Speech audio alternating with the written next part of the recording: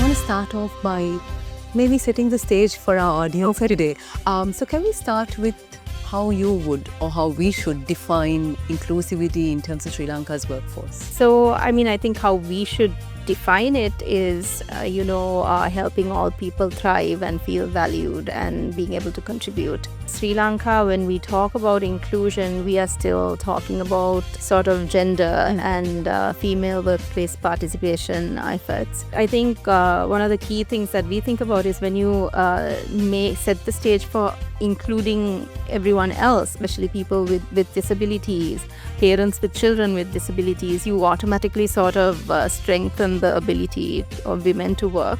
So it's not an intentional exclusion actually of people with intellectual disability. It's just lack of sort of awareness and the supports. What do you observe as the avenues that are available to them right now in Sri Lanka to be part of corporates? I think it's worth noting that according to our own census, only about 3% of people with disabilities actually complete education or participate and complete in kind of vocational training. Only about 5% of people in Sri Lanka with an intellectual disability end up in employment. Praveena, if I help you there, when you say intellectual disability, we include autism? Yes. Autism? Yeah. Down syndrome. Autism, of course, you need to be clear that it's a spectrum. You might have people with very high IQ in it, but you might also have people with intellectual disability in it. Right. In general, in terms of disability, there are some larger organizations that have very good programs that involve people with physical disabilities. Right. Some organizations cater to people with visual impairment or deafness, hearing impairment. But there are only really a handful of organizations that have any systematic programs for including people with intellectual disability. How do we define inclusivity in an inclusive way? We spoke about all of this and more with Praveena Joseph de Saram. Stay tuned.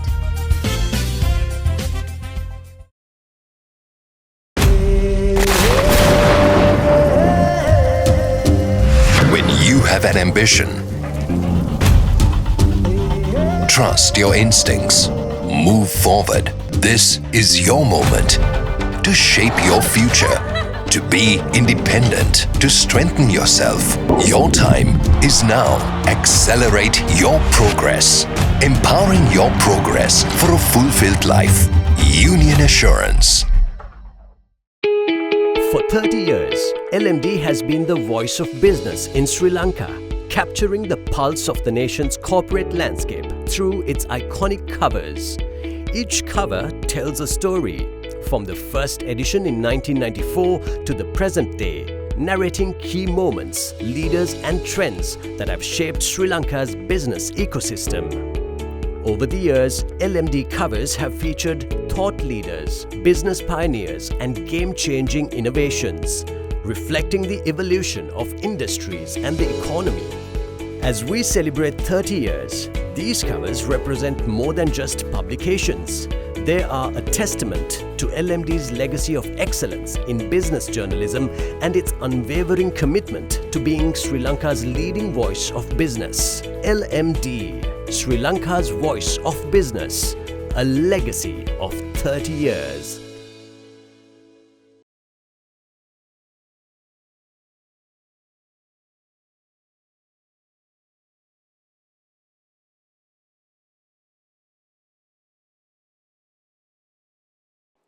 Hello and welcome to LMDtv. The topic of conversation today is enabling inclusivity. And I'm here with Praveena Joseph de Saram, who is the Managing Director of Shiranee Joseph de Saram Foundation. Welcome to our show. Thank you very much. It's a pleasure to be here. Lovely. I want to start off by maybe setting the stage for our audience for today. So can we start with how you would or how we should define inclusivity in terms of Sri Lanka's workforce? Right. So, I think how we should define it is, helping all people thrive and feel valued and being able to contribute. However, I think in Sri Lanka, when we talk about inclusion, we are still talking about sort of gender and female workplace participation efforts, which I think are obviously very important because we have a very educated female population, but only 30% labor force participation, which is kind of shocking. And when we think about in the workplaces, a lot of the diversity initiatives are focused on getting women to work or remain in the workforce after they have children. Um, but I think one of the key things that we think about is when you may set the stage for including everyone else, especially people with disabilities, parents with children with disabilities, you automatically sort of strengthen the ability of women to work. If you look at like the diversity and inclusion initiatives across Sri Lanka, they're focused again mostly on the women. Right. And when they focus on disability, it's usually limited to physical disability. Right. In some specific examples, there's also support for visual impairment and hearing impairment. But those are actually very different to working with someone with an intellectual disability. A lot more sort of awareness and adaptation and preparation is needed. So it's not an intentional exclusion actually of people with intellectual disability. It's just lack of sort of awareness and the supports. I want to talk about that support. Yes. But before that, so clearly Sri Lanka is not having the optimal or ideal definition. What are the reasons for this, do you think? I mean, I think Sri Lanka's gone through a ridiculous number of shocks, right? Just within our lifetimes. So it's very hard to focus on the most marginalized when, pretty much everybody is suffering and struggling. And I think another barrier to sort of more sort of inclusive language or truly understanding the concepts. I'm actually really excited to be doing this interview in English because one of the things we try to do is to like bridge the gap to the Sinhala speaking and the Tamil speaking communities. But that's actually very hard because even the interviewer, who's probably much better in the language than I am, they struggle with terms that are accessible that, everybody will understand. Whereas when we talk in English, these terms are very intuitive, right? Inclusion, yes, include people, right? So one of the things would be sort of developing the language around all of these topics so that the conversations can be had with ease. Praveena, if we focus on people with intellectual disability, what do you observe as the avenues that are available to them right now in Sri Lanka to be part of corporates? Before we get to sort of the corporate sector, I think it's worth noting that according to our own census, only about 3% of people with disabilities actually complete education or participate and complete any kind of vocational training. And also, according to a UNDP report that was released last year, only about 5% of people in Sri Lanka with an intellectual disability end up in employment. Praveen, if I stop you there, when you say intellectual disability, we include autism, Yes. autism, Yeah. Down Should I define that? maybe? Yeah. Yes. So intellectual disability is defined as, people who have cognitive difficulties. Usually it's defined as an IQ under 90. Right. It does include conditions such as autism, some people with cerebral palsy, Down syndrome. Autism, of course, you need to be clear that it's a spectrum. You Right. might have people with very high IQ in it, but you might also have people with intellectual disability in it. Right. And it's usually about like cognitive processing. Yeah. Thank you very much. Yes. Just wanted to set the stage for our audience. Yeah. Yes. So you were sorry, I disturbed you when you were talking about the avenues available to them. Yes. So, only 5% of people with intellectual disability are involved in employment. We also noticed that in terms of like formal employment, it's actually very rare. The opportunities that exist are very ad hoc and without like a sort of structured approach to it. So that makes the sustainability of it very unlikely, and people unfortunately move from thing to thing, and they have very poor experiences, and then they end up, with sort of psychological trauma from that. In terms of organizations, in generally in terms of disability, there are some larger organizations that have very good programs that involve people with physical disabilities. Right. Some organizations cater to people with visual impairment or deafness, hearing impairment. But there are only really a handful of organizations that have any systematic programs for including people with intellectual disability. And if I ask you, in which areas do you find that people with intellectual disabilities can contribute most to organizations? Right. I mean, I think people with intellectual disability bring, very specific strengths. They excel in roles that have a lot of attention to detail, maybe sort of require a lot of regularity. But the space can be very varied from sort of production, manufacturing, data entry, hospitality. So there are lots of options. But I think the key is being very creative as an employer, like not thinking of it as a, you know, agency. Here's a bunch of job descriptions, fill these roles.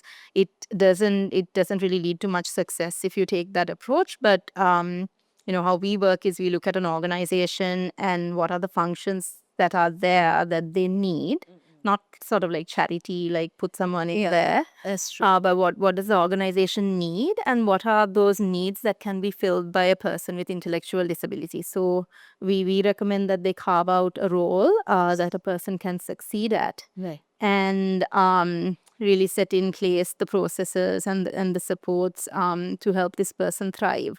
And that it takes a lot. Intellectual disability is harder sort of to include because you need to understand where the person's coming from, what their strengths are, what their weaknesses are, what they find challenging, and find ways to sort of support them through the challenges and help them thrive based on and their specific skill set.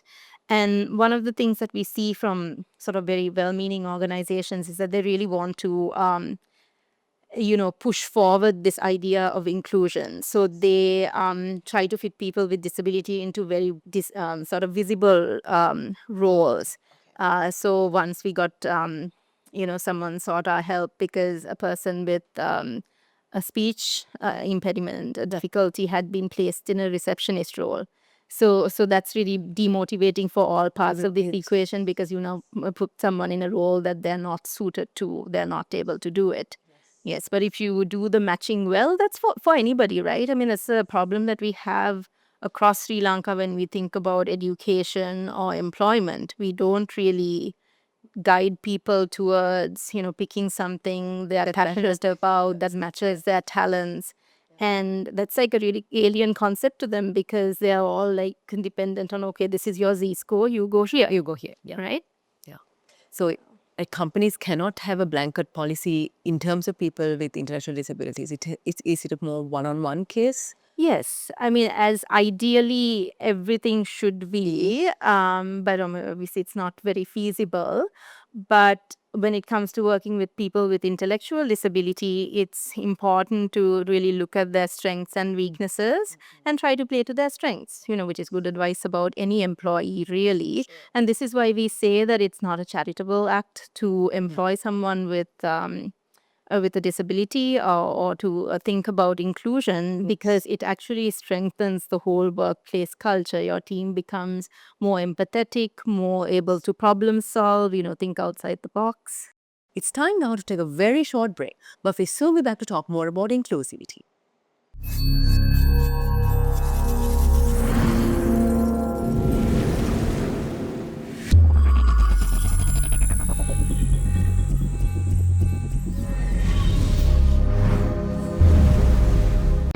Display your brand message on digital screens at prime locations. The largest digital advertising network in Sri Lanka. Emerging Media.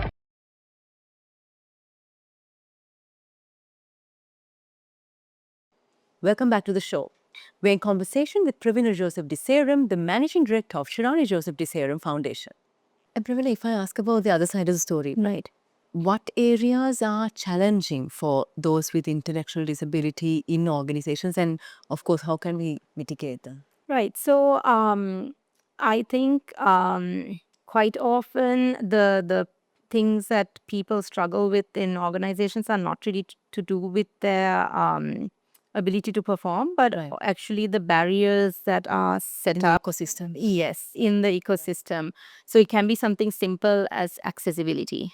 Not a lot of buildings are accessible. Accessibility of information, are things written or spoken about in sort of easy, accessible language. And this is, sometimes to do also with our economic situations. Yes. A lot of the adaptations and the tools that exist elsewhere are very hard to come by here. Obviously, there's also a lot of stigma and bias against people with intellectual disability. And certainly, even like sort of is just recently talking about deaf people. So if they're a deaf person who maybe doesn't sign but learn to speak to a certain extent, they won't sound like you and I. Yes. So one of the biases that they face is if you don't sound like us, then you must automatically be less intelligent. But I mean, I am pretty confident that people who make it through our system and into employment with any kind of disability, they're probably brighter than you and I, right? Because there's so much set up against them. Yeah. And they have to overcome all Yes, that. so they had to overcome all of that. So their levels of perseverance are like incredibly high, and they are very adaptable.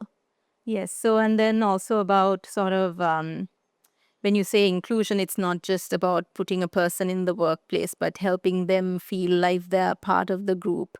And that may again be something to do with a lack of awareness, right? You don't know how to maybe communicate with them. You're not used to interacting with people with like Down syndrome or autism. So that can simply be mitigated by, doing the sensitivity training, providing opportunities for them to mingle. And we find it helpful when sort of the impetus comes really top down from the CEO level or board level, and then everybody kind of gets behind it. Wow. Yes. And if I ask you from your line of work, what are the best practices that you have come across that local organizations practice in terms of including those with? Right. So again, I think making sure at a very basic level the building is accessible. Right. You can try to adapt some of the tools, but really getting at it from matching the person's skill sets and interests and strengths to what your organization needs. So being creative about crafting a role that this person can thrive in, and then really getting the support that you need. Yes. Right. It's easy to think about training someone who is neurotypical. Yes. But for someone who has specific challenges, you might have to adapt how you train them. If you make the effort to make sure the person's trained, your own staff is trained to receive the person, they are sensitized. Actually, about that, can you elaborate on how that happens, like the sensitization? So whenever we work with an organization, our speech, our consultant speech therapist, she really insists on this. She insists on like speaking to the entire workforce, including like the CEO has to come and sit through her, 1 hour seminar explaining what intellectual disability is, what are their, sort of strengths, what are their weaknesses. And just, people, for example, people with intellectual disability may take something that you say very literally. Right. Right? Yes. So you have to be sort of careful with things like that and the workplace jokes and things like that. And generally, when you have that top-down buy-in, everybody really, gets in line. Praveena, it's been such an insightful conversation, but sadly we are at the last question. So if I ask you something a little bit broader now, clearly there's a lot of work to be done in this area to enable inclusivity, and that requires a mind shift, a mindset change Right. in not just companies, but the public, society in general. So where can we start? I mean, I think you've already started it because we are having this conversation right now. And I mean, I fundamentally believe that talking about something really does bring about change. I think we really do need a incredible mindset shift in Sri Lanka, perhaps because of the challenges in our most recent history, there is a very strong inclination towards othering. The tendency to other is there, whether it's like ethno-religious or gender or whatever. The younger generation actually gives a lot of hope. Like we find that the under 35s, they are very sort of educated regarding sort of rights-based approaches. Most of Sri Lanka still approaches helping people. They really think about inclusion or diversity initiatives in a very sort of doing charity angle, but it's really not doing charity. It's a win-win for everybody, because you get a diversity of opinions, experiences. You really become stronger problem solvers, and And you have contributed to the economy. yeah, you can't contribute to the economy. We have labor force shortages here, so it's really a necessity now that we try to include as many people as possible. But like the strengths that you gain from the exercise of doing something different, it's really a win-win and a real investment for the company. A lot of organizations have very, committed, well-meaning, officers in the DEI space, but equity is something that's very much misunderstood. Like equity is basically the leveling of the playing field, right? So if you talk about, like, spend an hour talking about diversity, equity, and inclusion, and then end the conversation by saying we are a meritocracy, you've just canceled out your E, right?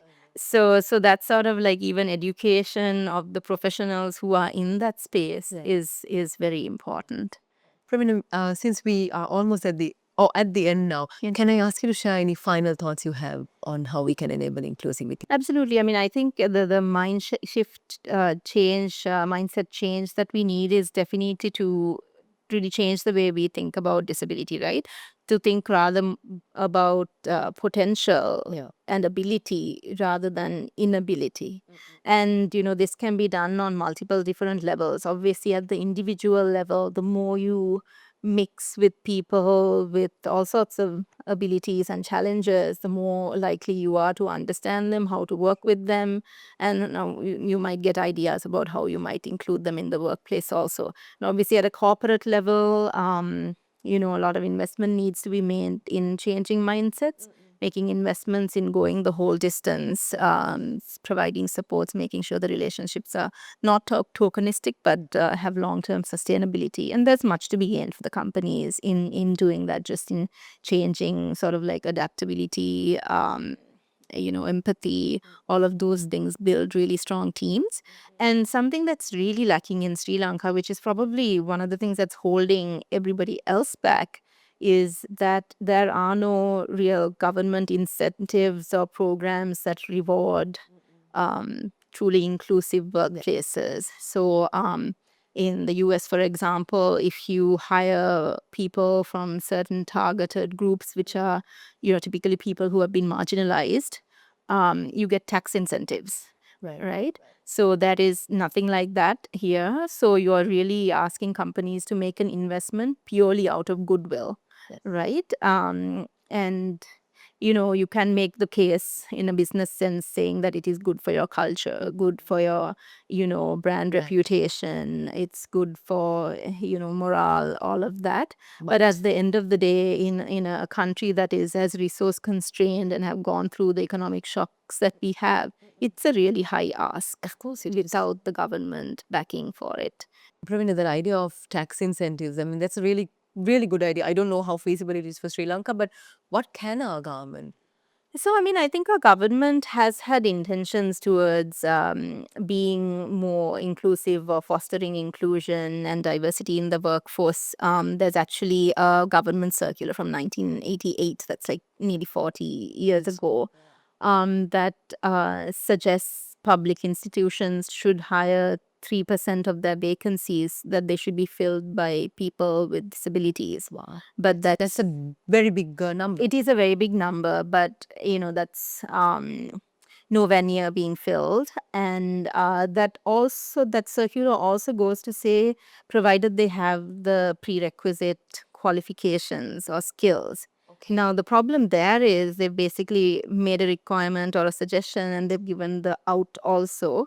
because where do these people get the prerequisite skills? So we've had the intentions. It's always been at the level of actually implementing it. We've been in conversation with Praveena Joseph Deseram, who is the Managing Director of Shiranee Joseph Deseram Foundation. Thank you very much for Thank you shedding for light on having this. me. Yes. And thank you to all our viewers for joining us. Until next time, take care. Don't forget to subscribe to our YouTube channel and follow us on Facebook, LinkedIn, Instagram, and X. Thank you for watching and stay safe.